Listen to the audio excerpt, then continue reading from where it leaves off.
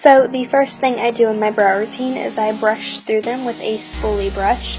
This just makes sure they are groomed and they're laying in the direction that I want them to lay in. I also take this time to trim any hairs that are too long. Starting off with trimmed and groomed brows makes it a lot easier to work with them.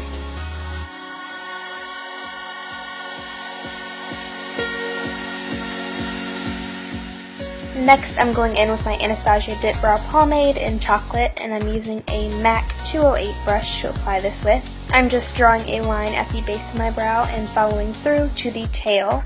Something I do want to mention is working with this product, you need the right brush to do it with. You really want a thin brush. With this product, things can get messy really quick, so you want a thin brush to be precise with, and you also don't want to load up too much product on that brush.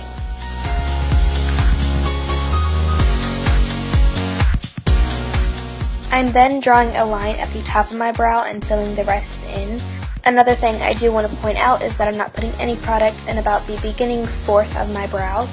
This is going to make it look somewhat natural, and it's also going to give your brows the kind of gradient effect. You really don't want them to just start randomly and have those really boxy brows. Here I'm just creating an arch. We're connecting the line we made on the top of the brow, and we're following through to the tail of the brow just like we did with the bottom part.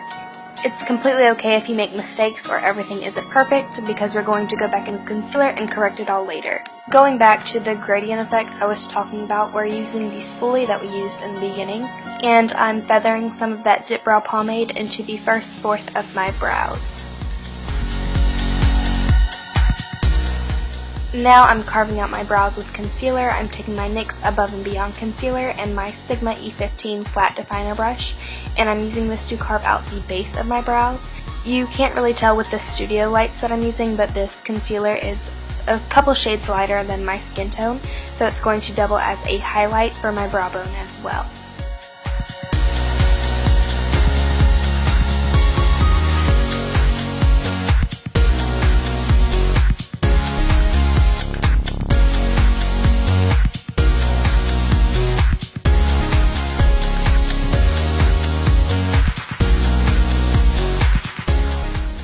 With the same brush, I'm doing the same thing to the top of my brows, except I'm using my NYX HD Photogenic Concealer because it's closer to my skin tone. Last but not least, I'm applying my Anastasia Tinted Brow Gel in Chocolate, and I'm just doing this because it makes it look a little bit more polished and put together. And that's the last step. After that, you're finished. I hope you guys learned something new and found something you might want to add to your own brow routine. Thank you guys so much for watching. Don't forget to thumbs up this video if you liked it, and subscribe if you haven't already, and I will see you all next time. Bye!